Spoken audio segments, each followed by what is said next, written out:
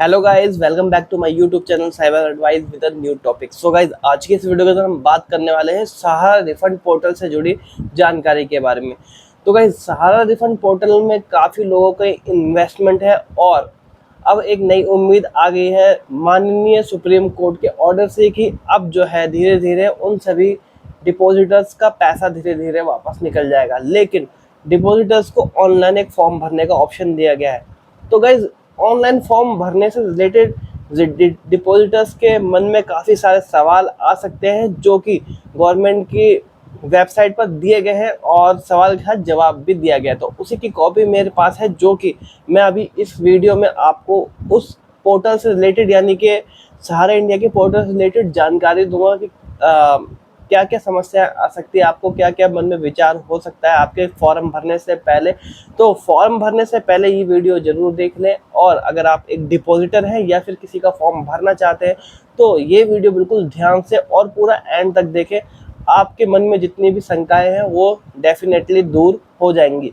तो guys, let's start और मैं आपको स्टार्ट करके बता देता हूँ। यहाँ पर मेरे पास लगभग 30 क्वेश्चन होंगे जो कि मैं आपको पढ़ूंगा और उसके जवाब भी साथ के साथ यहीं पर दे दूंगा। तो गाइस, चलिए स्टार्ट करते हैं और मैं आपको पहला क्वेश्चन पढ़कर दिखा देता हूं। तो वीडियो को लाइक करना ना भूले और चैनल को सब्सक्राइब जरूर से जरूर कर ले। तो सबसे पहला क्वेश्चन है गाइस, यहाँ पर अक्सर पूछे जाने वाले सवाल जो कि इस रिफंड पोर्टल से सारे रिलेटेड है, अलग कोई भी नहीं है।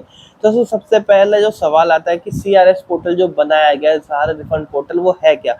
तो CRS सहारा रिफंड पोर्टल एक ऑनलाइन प्लेटफॉर्म है जिसे माननीय सुप्रीम कोर्ट के ऑर्डर पर 29 मार्च 2023 के निर्देश के अनुसार सहारा समूह की 4 सहकारी समितियों के जमा यानी कि सहारा जो समूह है उसकी 4 कंपनी 4 सहकारी समिति जो उसकी है के रिफंड के संप्रेषण के लिए डिज़ाइन किया गया, यानी कि उन सभी 4 कंपनियों के पैसे को रिफंड करने के लिए इस वेबसाइट को डिज़ाइन किया गया है। दूसरा सवाल आता है कि क्या CRS सहारा पोर्टल सुरक्षित है। क्या CRS सहारा पोर्टल सुरक्षित है, तो जवाब देख लेते हैं। जी हाँ, CRS सहारा पोर्टल SSL प्रमाण पत्र के साथ एक सुरक्षित ऑनलाइन प्लेटफॉर्म है जहां पर आपका डाटा कहीं भी लीक नहीं होगा। बिल्कुल गवर्नमेंट की वेबसाइट है और बिल्कुल सिक्योर है। ठीक है, अब तीसरे सवाल की तरफ आते हैं कि CRS सहारा रिफंड पोर्टल के माध्यम से कौन कौन रिफंड का पात्र यानी कि किस किस को रिफंड मिल सकता है। तो इसका जो जवाब है इसमें है गाइस, टोटल इसमें जो 4 कंपनी निम्नलिखित 4 सोसाइटी के वास्तविक और वैध जमाकर्ता CRS सहारा पोर्टल के माध्यम के लिए रिफंड के पात्र हैं। अब इसमें कौन कौन से पात्र है यानी कि किस किस को सहारा पोर्टल में जिन्होंने इन्वेस्टमेंट किया है, तो उसमें भी अलग अलग कई स्कीमें थी, तो किस किस को जो है रिफंड मिल सकता है। तो इसमें जो है हमारे पास टोटल 4 ऑप्शन दिए गए। सबसे पहले अगर आपने इन्वेस्टमेंट किया होगा तो आपके बॉन्ड पेपर पर नाम लिखा होगा कंपनी का। तो सबसे पहला जो है हमारा इंडिया क्रेडिट कोऑपरेटिव यानी कि Sahara India credit cooperative society limited Kolkata, जिसका नाम है Hamara India credit cooperative society limited Kolkata. दूसरा है Sahara credit cooperative society limited Lucknow. ठीक है, फिर तीसरा है Saharayan universal multipurpose society limited Bhopal. चौथा है star multipurpose cooperative society limited Hyderabad. इन 4 कंपनियों का पैसा डेफिनेटली आपको 100% वापस मिल जाएगा। अब चौथा सवाल आ जाता है कि CRS सहारा रिफंड पोर्टल पर दावा दायर करने के लिए एलिजिबिलिटी यानी कि पात्रता मानदंड क्या है, यानी कि क्या क्या डॉक्यूमेंट चाहिए। तो दावा अनुरोध दाखिल करने के लिए जमाकर्ता द्वारा निम्नलिखित तिथियों से पहले पैसा जमा किया होना चाहिए और बकाया राशि प्राप्त होनी चाहिए। यानी कि जो एक डेट है, पर्टिकुलर डेट है, इससे पहले अगर आपने इन्वेस्टमेंट करी होगी तो आपका पैसा मिल जाएगा। तो डेट कौन सी है, वो है 22 मार्च 2022। अगर 22 मार्च 2022 से पहले आपने इन कंपनीज में डिपॉजिट किया था तो आपको जो है पैसा रिफंड मिलेगा। इसमें जो 22 मार्च 2022 ये जो डेट है वो 3 कंपनियों के लिए, हमारा इंडिया क्रेडिट, सहारा क्रेडिट कोऑपरेटिव लखनऊ और सहारियन यूनिवर्सल मल्टीपर्पज सोसाइटी। ठीक है, और दूसरी एक जो चौथी कंपनी उसके लिए जो डेट है 29 मार्च 2023, सिर्फ इसके लिए। अगर आपने 2022 यानी कि 22 मार्च 2022 से पहले इन्वेस्टमेंट करी तो ये जो 3 कंपनियों का नाम बताए इसमें, और एक कंपनी का नाम जो आता है star multipurpose cooperative society limited Hyderabad, इसमें अगर आपने 29 मार्च 2023 से पहले इन्वेस्टमेंट किया तो आप एलिजिबल है रिफंड के लिए। ठीक है, अब अगला क्वेश्चन समझ लेते हैं। 5वां क्वेश्चन, क्या दावा प्रमाण पत्र दाखिल करने के लिए कोई शुल्क लागू है? तो क्या इसका ऑनलाइन कोई चार्ज है, सरकारी चार्ज है? तो बिल्कुल फ्री ऑफ कॉस्ट है इसका जवाब जो है, बिल्कुल फ्री ऑफ कॉस्ट है, इसका कोई भी चार्ज नहीं देना पड़ेगा आपको ऑनलाइन फॉर्म भरने के लिए। अगर आप कहीं से किसी से भरवाते हैं तो वो अपना चार्ज ले लेंगे ऑनलाइन सर्विस के, बाकी अगर आप खुद से भरते हो तो कोई चार्ज नहीं है। ठीक है, छठा क्वेश्चन आ जाता है, CRS सहारा रिफंड पोर्टल पंजीकरण करने के क्या चरण है? मतलब रजिस्ट्रेशन करना है तो सबसे पहले उसमें करना क्या होगा? तो इसमें जो है सबसे पहला स्टेप जो है गाइज, उसमें क्या करना है आपको, जब होम पेज पर वेबसाइट खोल लेंगे तो आपको वहां पर लिखा आएगा जमाकर्ता पंजीकरण, और सहारा रिफंड पोर्टल के होम पेज पर जाएं और जमाकर्ता पंजीकरण पर क्लिक करें। पंजीकरण पृष्ठ पर अपने आधार कार्ड के अंतिम 4 अंक और आधार से जुड़े मोबाइल नंबर विवरण सही से भरें, यानी कि आधार कार्ड के लास्ट के 4 नंबर और मोबाइल नंबर जो जुड़ा हुआ है, और गेट OTP वाले ऑप्शन पे क्लिक कर देना है, और फिर OTP दर्ज करें। अनिवार्य पंजीकरण प्रक्रिया को पूरा करने के लिए सत्यापित OTP करें, यानी कि OTP को वेरीफाई कर देना है। फिर उसका सेकंड स्टेप क्या है, वहीं से ही आपको फॉर्म भी भर सकते हैं। और दूसरा स्टेप क्या है कि जमा करता लॉगिन, फिर आपको लॉगिन कर लेना। CRS सहारा रिफंड पोर्टल के होम पेज पर जाए और जमा करता लॉगिन पर क्लिक करें। लॉगिन पृष्ठ पर अपने आधार कार्ड के अंतिम यानी कि लास्ट 4 डिजिट डालें और आधार कार्ड से जुड़े मोबाइल नंबर को डाल दें सही से विवरण, और गेट OTP पे क्लिक कर देना है और फिर OTP सत्यापित कर देना। उसके बाद आपको जो है आपकी डिटेल भर देनी है, और आधार कार्ड से लिंक अकाउंट ऑटोमेटिक वहाँ पे शो हो जाएगा। ईमेल ID डाल देनी है, फिर प्रपत्र जनरेट होएगा, और पहले फिर बॉन्ड की डिटेल डाल देनी है, और आपके पासबुक वगैरह नंबर के डाल के फिर पासबुक की कॉपी वहाँ अपलोड कर देनी है, या फिर फिक्स डिपॉजिटेड और बॉन्ड की कॉपी अपलोड कर देनी है। फिर उसके बाद नेक्स्ट करेंगे। नेक्स्ट करने के बाद प्रपत्र डाउनलोड करेंगे, उसका प्रिंट आउट लेंगे, फोटो चिपकाएंगे, उस पर क्रॉस सिग्नेचर करेंगे, पीछे की तरफ साइन करेंगे, मोबाइल नंबर लिखेंगे और स्थान लिख देंगे, और उसे स्कैन करके फिर 2 MB से कम की फाइल को PDF में बना के अपलोड कर देना है और फाइनल सबमिट कर देना है। उस पर आपका रेफरेंस नंबर मिल जाएगा। अब सवाल आता है 7वां, जमाकर्ता को दावा अनुरोध पत्र आवेदन के साथ क्या क्या विवरण देने की आवश्यकता है, क्या क्या डिटेल वहां पर देने की जरूरत पड़ेगी? तो जमाकर्ता के पास क्या क्या होना चाहिए वो बता देता हूँ। सबसे पहला सदस्यता संख्या यानी कि मेंबरशिप नंबर, जमा खाता संख्या यानी कि अकाउंट नंबर जो कि आपके पासबुक पर लिखा होगा, और सदस्यता संख्या भी आपके पासबुक पर लिखा होगा, और आधार से जुड़ा मोबाइल नंबर जो है वो कंपलसरी है। जमा प्रमाण पत्र या पासबुक नंबर, जमा प्रमाण पत्र यानी कि बॉन्ड अगर होगा, आपका फिक्स डिपॉजिट होगा तो उस पर सर्टिफिकेट नंबर होगा, और अगर आपका नॉर्मल जो है मंथली वाला क्वार्टरली वाला है तो उसमें पासबुक नंबर डाल देना है। और पैन कार्ड, अगर आपका अमाउंट 50,000 से ऊपर का है तो पैन कार्ड भी आपको डिटेल देनी पड़ेगी। यदि कुल दावा राशि है तो क्या पैन कार्ड अनिवार्य है 50,000 और उससे अधिक? अगर 50,000 या उससे अधिक है तो क्या पैन कार्ड कंपलसरी है? बिल्कुल पैन कार्ड कंपलसरी, बिना पैन कार्ड के आप 50,000 से ऊपर का अमाउंट अगर नहीं सबमिट कर पाओगे। यदि मेरे पास पैन कार्ड नहीं है तो क्या होगा? अगर पैन कार्ड नहीं है तो गाइज आपका सिंपल सा ऑप्शन है, आपको बनवाना ही बनवाना पड़ेगा। ठीक है, 10वां सवाल ले लेते हैं, क्या आधार से जुड़ा मोबाइल नंबर और बैंक खाता अनिवार्य है? क्या मोबाइल नंबर जो है आधार कार्ड से जुड़ा होना चाहिए और आधार कार्ड से ही बैंक अकाउंट भी लिंक होना चाहिए, DBT वाला, डायरेक्ट बेनिफिट ट्रांसफर वाला, जिससे कि सरकारी योजना के पैसे वापस आते हैं अंदर? तो हाँ, बिल्कुल बिल्कुल कंपलसरी है, बिना इसके भी आप फॉर्म नहीं भर सकेंगे। ठीक है, तो आधार कार्ड में मोबाइल नंबर जुड़वा लें और आधार कार्ड और अपना बैंक अकाउंट अपडेट करवा लें। और आधार कार्ड में बैंक अकाउंट कैसे चेक करते हैं कि कौन सा अकाउंट लिंक है, उस टॉपिक पर मेरे चैनल पर वीडियो बनी हुई है, जिसका लिंक वीडियो को डिस्क्रिप्शन में मिल जाएगा, और वीडियो में जब एंड में पहुंचेंगे आप तो वहां पे भी क्लिक करके आप देख सकते हैं। ठीक है, और मोबाइल नंबर भी चेक कर सकते हैं कौन सा जुड़ा है नहीं जुड़ा, उसकी भी वीडियो मैंने डाल दी है चैनल पर, वो भी देख सकते हैं, उसका भी लिंक वीडियो को डिस्क्रिप्शन में मिल जाएगा। और मोबाइल नंबर कैसे जोड़ना है उस टॉपिक पर भी मैंने वीडियो बना दी है, आप देख सकते हैं। आधार कार्ड को मोबाइल नंबर से कैसे लिंक करना है? सिंपली आपको जो है अपॉइंटमेंट बुक करके आधार सेंटर जाना है और वहां से अपना बुक कर लेना है, मोबाइल नंबर अपडेट करवा लेना है। यदि किसी जमाकर्ता के पास आधार से जुड़ा बैंक खाता नहीं है तो क्या ये दावा अनुरोध दायर किया जा सकता है? नहीं, बिल्कुल भी नहीं। आप आधार कार्ड से लिंक अकाउंट नहीं है तो आपको, या तो अगर आपने अकाउंट खुलवाया नहीं है तो खुलवा लो, और खुला हुआ है तो आधार कार्ड से लिंक जरूर करवा लो। अब अगले सवाल की ओर चल लेते हैं गाइस। 13 जो है आधार से जुड़ा बैंक खाता क्या है। तो गाइस इसका आधार सीडेड बैंक खाते से तात्पर्य खाता धारक के उस बैंक खाते से है जो आधार संख्या से जुड़ा हुआ है। यानी कि खाता धारक हो सकता है आपके 2-3 अकाउंट हो, 4 अकाउंट हो, लेकिन पैसा उसी में आएगा जो कि आपके आधार कार्ड से लिंक है। तो इसके लिए आप पहले ही वेरीफाई कर लीजिए कि आपके आधार कार्ड से कौन सा अकाउंट लिंक है फॉर्म भरने से पहले, ताकि आपको प्रॉब्लम ना हो बाद में, ठीक है।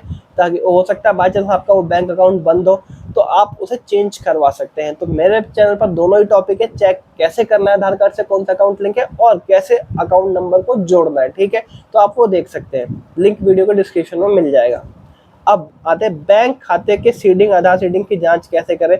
तो इसका जो है ये है आपका वेबसाइट resident.uid.gov.in/bankmapper, यानी कि आधार बैंक मैपर सर्च कर लेना, आधार कार्ड की वेबसाइट पर जाना, वहां से सर्च कर सकते हैं। वैसे मैंने आपको बताई दी है, वीडियो बनाई दी ताकि आप वहाँ इजीली देख सकें। उसके बाद अगला सवाल लेते हैं, क्या जमाकर्ता की आधार जानकारी पोर्टल पर संग्रहित की जाएगी, क्या उसके डाटा को सेव किया जाएगा। तो ये जो है CRS पोर्टल, रिफंड पोर्टल जो है बिल्कुल वेरीफाइड है, तो इसमें आपका कोई भी डाटा सेव नहीं किया जाएगा, यानी कि क्रिप्टेड है। दावा प्रस्तुत करने के लिए कौन से दस्तावेज संलग्न करने होंगे, यानी कि अपलोड करने होंगे। तो सबसे पहले क्या अपलोड करना होगा, जमा प्रमाण पत्र, यानी कि बॉन्ड सर्टिफिकेट अपलोड करना होगा या फिर पासबुक अपलोड करनी होगी, ठीक है। दूसरा दावा अनुरोध पत्र, दावा अनुरोध पत्र जब आप फॉर्म भरेंगे तो वहीं जनरेट होगा, उस पर फोटो चिपका के साइन करके अपलोड कर देना है। और 50,000 से अमाउंट ऊपर है तो पैन कार्ड भी अपलोड करना होगा। क्या जमाकर्ता किसी भी फाइल प्रारूप में दस्तावेज अपलोड कर सकता है, यानी कि किसी भी फॉर्मेट में क्या डॉक्यूमेंट अपलोड किए जा सकते हैं। जमाकर्ता दस्तावेजों को PDF जो जिस फॉर्मेट में आप अपलोड कर सकते हैं वो बताया गया है कि एक तो PDF फॉर्मेट में अपलोड कर सकते हैं, एक JPG में, JPEG में, एक PNG में और JPG में अपलोड कर सकते हैं। यानी कि JPG, PNG और PDF, इन फॉर्मेट्स में आप डॉक्यूमेंट अपलोड कर सकते हैं गाइस, है ना। और इसके बाद अगला सवाल ले लेते हैं, क्या जमाकर्ता को एक ही दावा प्रपत्र में सभी जमाओं का विवरण प्रदान करने की आवश्यकता है। तो ये भी सवाल आपके मन में आ सकता है कि आपके पास कई सारे अकाउंट है, यानी कि 4-5 अकाउंट आपने 4-5 डिपॉजिट कर रखे, तो क्या सबके लिए अलग अलग फॉर्म भरना होगा या एक ही फॉर्म भरना होगा। तो इसमें जो है कंपलसरी है कि आप एक ही बार अप्लाई कर सकते हैं, तो उसी में ही डिटेल ऑप्शन भरनी पड़ेगी। जैसे कि आप एक पासबुक की डिटेल जब भर देंगे तो उसमें नीचे लिखा होगा दावा जोड़े, तो फिर दोबारा से आपको सेलेक्ट करना कौन सी सोसाइटी में आपने डिपॉजिट किया, फिर दोबारा से और नई पासबुक का नंबर, नया मेंबरशिप नंबर डालेंगे, यानी कि जितने भी आपके अकाउंट होंगे सारे जो है आपको एक साथ दावा जोड़ लेना है। उसके बाद ही पत्र जनरेट करना है जिसमें कि आपके सारे अकाउंट की डिटेल शो हो जाएगी और उसमें फोटो आप चिपका के साइन करके अपलोड कर देना है। यदि किसी जमाकर्ता के पास एक से अधिक जमा खाते तो उसका क्या करना चाहिए। तो सेम हर बार मतलब एक ही फॉर्म के अंदर जब पहले आप एक डिटेल भर के पासबुक अपलोड कर देंगे, फिर दोबारा से डिटेल भरनी है और दोबारा से पासबुक अपलोड कर दें और नीचे लिखा होगा दावा जोड़े, ऐसी करके 3 या 4 है तो आपका 5 अकाउंट 6 अकाउंट जितना भी होगा, पहले डिटेल भरनी है, फिर अपलोड करके दावा जोड़े, फिर इसी तरीके से दूसरे पासबुक की डिटेल भरो, फिर दोबारा वो नई वाली पासबुक अपलोड करो या फिर बॉन्ड अपलोड करो, फिर दावा जोड़ दे। तो नीचे आपकी डिटेल आती रहेगी जो भी जुड़ता रहेगा। उसमें एडिट का भी ऑप्शन होता है, कुछ गलत हो जाए तो एडिट करके आप उसी सही समय सही कर लें, क्योंकि बाद में अगर आपने सबमिट कर दिया फिर एडिट नहीं होगा। क्या जमाकर्ता प्रस्तुत किए गए दस्तावेज सत्यापित किए जाएंगे, यानी कि जो डॉक्यूमेंट अपलोड किए जाएंगे वो क्या वेरीफाई होंगे। हाँ बिल्कुल वेरीफाई होंगे और दस्तावेजों को संबंधित सहारा सोसाइटी द्वारा, यानी कि सहारा कंपनी द्वारा वेरीफाई किया जाएगा। सत्यापन प्रक्रिया CRS द्वारा निर्धारित निर्देशानुसार के अनुसार, यानी कि गवर्नमेंट के पोर्टल में जो भी सत्यापन की प्रक्रिया सहारा इंडिया को दी गई उसी के अकॉर्डिंग जो है वो लोग डॉक्यूमेंट वेरीफाई करेंगे। अब अगले सवाल पर आ जाते हैं, क्या जमाकर्ता दावा प्रमाण पत्र करने के बाद और दावे जोड़ सकता है। क्या जैसे कि आपने फॉर्म भर दिया और सबमिट कर दिया और उसके बाद दूसरा भी अकाउंट की डिटेल भरना चाहते हैं, तो क्या ऐसा पॉसिबल है। बिल्कुल भी ऐसा पॉसिबल नहीं है। आपको जो है पहले एक ही फॉर्म में सारी डिटेल भर के सबमिट करना होगा, बाद में आप जो है उसे एडिट भी नहीं कर सकते सबमिट करने के बाद, ना फिर दोबारा अप्लाई कर सकते हैं। दावा किए गए डेटा को सत्यापित करने के बाद जमाकर्ता को क्या करना होगा। दावा किए गए डेटा को सत्यापित करने के बाद दावा पत्र डाउनलोड, यानी कि जब भी आपने पासबुक की डिटेल डाली होगी। दावा प्रमाण पत्र, दावा जोड़ने के बाद, वेरीफाई करने के बाद क्या करना होता है, उसके बाद जो है ये प्रपत्र पत्र वहाँ पर ऑप्शन आ जाएगा आपका, उसे जनरेट करना है, उसका प्रिंट आउट लेना है, उस पर फोटो लगानी है, क्रॉस सिग्नेचर कर देना है, पीछे की साइड में एक सिग्नेचर कर देना है, मोबाइल नंबर लिख देना है और प्लेस का नाम लिख देना है। जमाकर्ता को कैसे पता चलेगा कि दावा प्रस्तुत करना सफल रहा? अब एक सवाल ये भी है कि भाई पता कैसे चलेगा कि भाई मैंने जो सबमिट करा फॉर्म वो सक्सेसफुल हुआ या नहीं हुआ?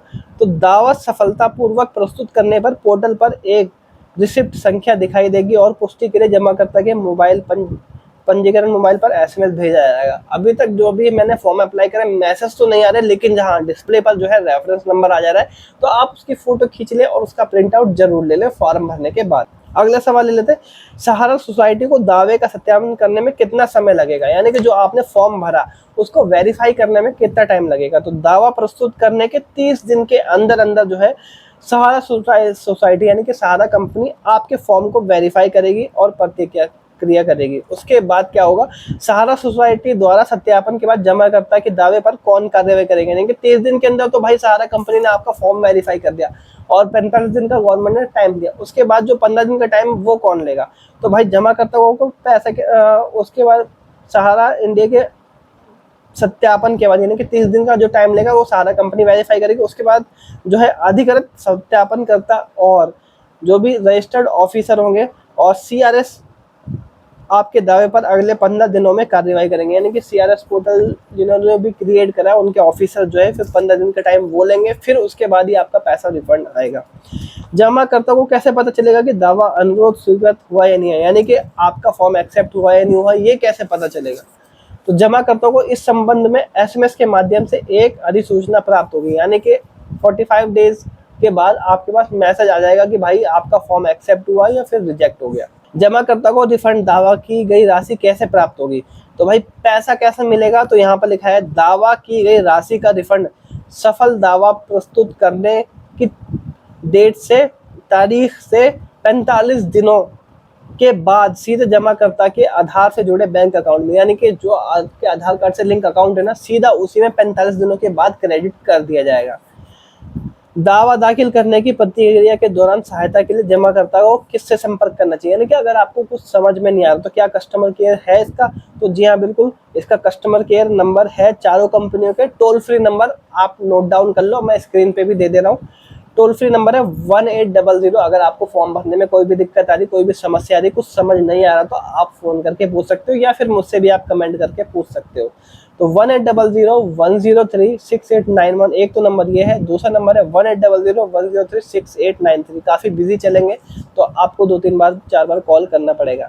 अब अगला सवाल लेते हैं, दावे से संबंधित पर्सनों के लिए जमाकर्ता सहायता कार्यालय को कब संपर्क कर सकता है? जैसे आपने फॉर्म भर दिया तो आप तुरंत संपर्क नहीं कर सकते, 45 दिन जब हो जाएंगे कंप्लीट आपके फॉर्म भरे हुए, उसके बाद ही आप पूछताछ कर सकते हैं सहारा कंपनी की ब्रांच में जाकर। क्या रिफंड स्वीकृत होने पर जमाकर्ता को कोई सूचना प्राप्त होगी? यानी कि जैसे आपका रिफंड एक्सेप्ट हो जाता है, फॉर्म एक्सेप्ट हो जाता है, तो क्या इन्फॉर्मेशन मिलेगी? जी हाँ, दावा अनुरोध स्वीकृत होने पर जमाकर्ता को एक कम्युनिकेशन प्राप्त होगा, यानी कि एक मैसेज या फिर ईमेल आपके पास आ जाएगी कि आपका फॉर्म एक्सेप्ट हो गया है। अब अगला सवाल पढ़ लेते हैं, क्या जमाकर्ता यानी कि डिपॉजिटर जमा करने के बाद आधार से जुड़े बैंक खाते का विवरण बदल सकता है? क्या फॉर्म भरने के बाद अब आधार कार्ड से लिंक अकाउंट को चेंज कर सकते हैं? जी नहीं, जमाकर्ता आधार से जुड़े बैंक खाते का विवरण एक बार जमा करने के बाद नहीं बदल सकता, यानी कि आपने एक बार सबमिट कर दिया फिर उसका चेंज नहीं कर सकते। तो इसलिए बिल्कुल ध्यान रखना इस पॉइंट का कि जब भी आप फॉर्म भरने जा रहे हो तो उससे पहले एक काम कर लेना है आपको कि आपको चेक कर लेना है कि आपके आधार कार्ड से कौन सा अकाउंट लिंक है, और अगर लिंक गलत अकाउंट है तो उसे चेंज जरूर करवा लेना है, ठीक है। उसके बाद अगला सवाल पढ़ लेते हैं, एक बार रिसिप्ट संख्या जनरेट होने पर पोर्टल में जानकारी अद्यतन करने के लिए क्या किया जा सकता है? दावा को अंतिम रूप से जमा करने के बाद, संख्या प्राप्त होने के बाद, पावती संख्या प्राप्त होने के बाद कोई यानी कि कोई करेक्शन नहीं किया जा सकता है, यानी कि फॉर्म सबमिट होने के बाद आप कोई भी करेक्शन नहीं कर सकते। तो जब भी आप फॉर्म भरें तो बिल्कुल ध्यान से और डिटेल बिल्कुल आराम से फॉर्म भरें। क्या जो एप्लीकेशन फॉर्म है आधा फॉर्म भरने के बाद हम लॉग आउट कर सकते हैं? तो बिल्कुल ये आराम से आप किसी भी स्टेप में अटकते हैं तो आप उसी स्टेप से लॉग आउट कर सकते हैं और फिर आप दोबारा जब लॉग इन करेंगे तो आप उसी स्टेप में आ जाएंगे। इसमें कोई भी दिक्कत नहीं है कि कहीं आप लॉग आउट कर दोगे दोबारा फॉर्म नहीं भर सकते, ऐसा कोई ऑप्शन नहीं है। अगर आपको कुछ समझ में नहीं आ रहा तो आप उस टाइम लॉग आउट कर लो, बाद में आप डिटेल निकाल के फिर लॉग इन करके फिर अपलोड कर सकते हो या फिर फॉर्म आगे का कंप्लीट कर सकते हो। अपलोड जो डॉक्यूमेंट करने हैं उनकी क्या नाम है, कॉन्फ़िगरेशन क्या होनी चाहिए, विशिष्टताएं क्या होनी चाहिए। तो जो फाइल साइज है ना, वो जो भी आप जैसे कि पासबुक अपलोड करते हैं या फिर पत्र अपलोड करते हैं तो उसका जो फाइल साइज होगा गाइज वो होगा आपका 200 KB या उससे कम का। अब यहाँ पर जो फाइल साइज है गाइज वो है पासबुक या बॉन्ड के लिए 200 KB या 200 KB से कम का, और पत्र जो होगा फ्रंट बैक जिसमें 2 पेज होंगे उसके लिए 2 MB है मैक्सिमम। और अगर पैन कार्ड की जरूरत पड़ती है आपको अपलोड करने तो उसकी जो है 50 KB की लिमिट है, यानी कि 50 KB का पैन कार्ड होना चाहिए। 200 KB का जो है आपका प्रमाण पत्र या फिर पासबुक होना चाहिए, और 2 MB या उससे कम की आपका प्रपत्र पत्र यानी कि जिसमें 2 पेज आएंगे। ठीक, और लास्ट क्वेश्चन की अगर जमाकर्ता दावा अनुरोध फॉर्म डाउनलोड करने में असमर्थ है तो क्या करें, यानी कि प्रपत्र पत्र जो दावा अनुरोध फॉर्म होता है जिसमें आपने डिटेल भरी थी वो डाउनलोड नहीं हो रहा तो क्या करना होगा आपको, इसके लिए आपको रिफ्रेश कर देना होगा या फिर लॉग आउट करके दोबारा लॉग इन कर लेंगे तो हो जाएगा। तो गाइस सहारा इंडिया पोर्टल से जुड़े लगभग सारे सवालों के जवाब जो है और सवाल के साथ जवाब मैंने आपको दिए। आशा करता हूँ कि आपको ये जानकारी पसंद आई होगी। अगर पसंद आई तो चैनल को सब्सक्राइब, वीडियो को लाइक और वीडियो को ज़्यादा से ज़्यादा शेयर करें ताकि ज़्यादा से ज़्यादा लोगों के पास जाए और उनको जानकारी हो जाए। और फिर भी कोई सवाल अगर मन में आपके रह गया हो तो आप मेरे इंस्टाग्राम को फॉलो करके वहाँ से सवाल पूछ सकते हैं और इस वीडियो को कमेंट में कमेंट करके भी पूछ सकते हैं। मिलते हैं अपने और गए सहारा से रिलेटेड काफ़ी सारी वीडियोस मैंने अपने चैनल पर डाल दी, जैसे कि फॉर्म भरना, आधार कार्ड में नंबर चेक करना, आधार कार्ड में अकाउंट नंबर चेक करना, आधार कार्ड में मोबाइल नंबर अपडेट करना और आधार कार्ड और क्या क्या डॉक्यूमेंट लगने, उन सभी के बारे में मैंने आपको बताया है। तो आप जाके वीडियो देख सकते हैं। मिलते हैं अब नेक्स्ट वीडियो में। बाय बाय, टाटा, जय हिंद।